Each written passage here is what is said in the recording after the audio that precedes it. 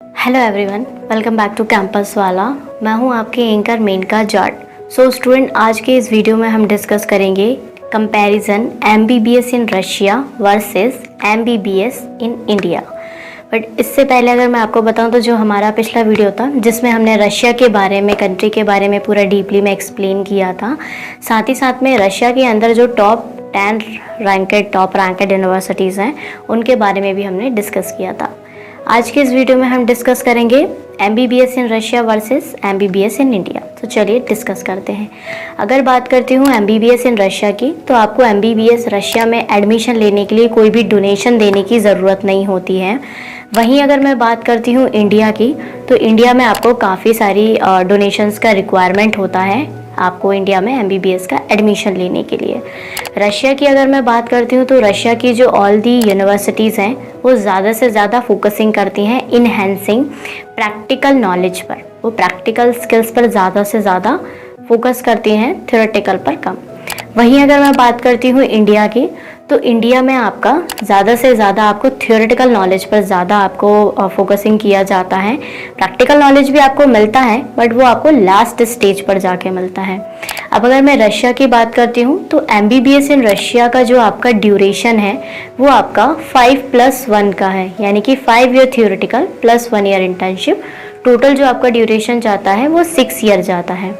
अगर वहीं मैं एमबीबीएस इन इंडिया की बात करती हूँ तो इंडिया में आपका जो एमबीबीएस का कोर्स प्रोग्राम का ड्यूरेशन है वो 5.5 साल है, जिसमें 4.5 साल थ्योरेटिकल प्लस लास्ट का 1 ईयर आपका इंटर्नशिप। सो टोटल इज 5.5 साल।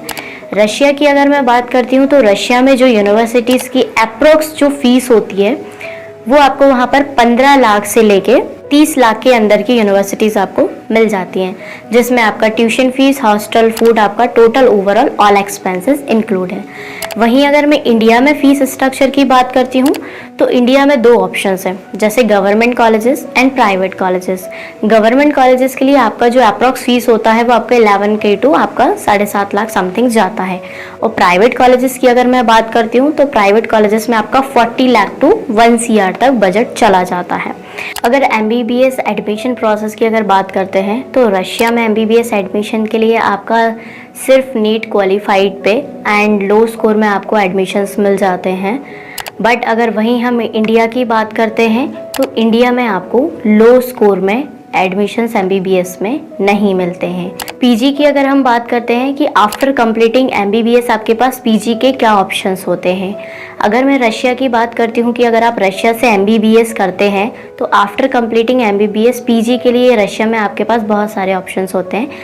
लाइक इंडिया में भी नेक्स्ट हो गया है तो आप नेक्स्ट एग्ज़ाम के लिए भी अपेयर कर सकते हो, या इफ़ अगर आपको इंडिया नहीं आना है तो आप रशिया से एमबीबीएस करने के बाद यूएस से पीजी, यानी कि यूएसएमएलई का भी ऑप्शंस है आपके पास।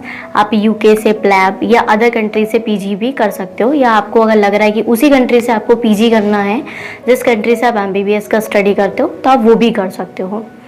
इंडिया से अगर मैं बात करती हूँ, आफ्टर कंप्लीटिंग एमबीबीएस इंडिया में आपके पास पीजी का सिर्फ यही ऑप्शंस होता है। पहले तक तो इंडिया में नीट पीजी होता हुआ आया है बट अभी इंडिया में नेक्स्ट हो गया है तो आपके पास सिर्फ पीजी का यही ऑप्शंस है।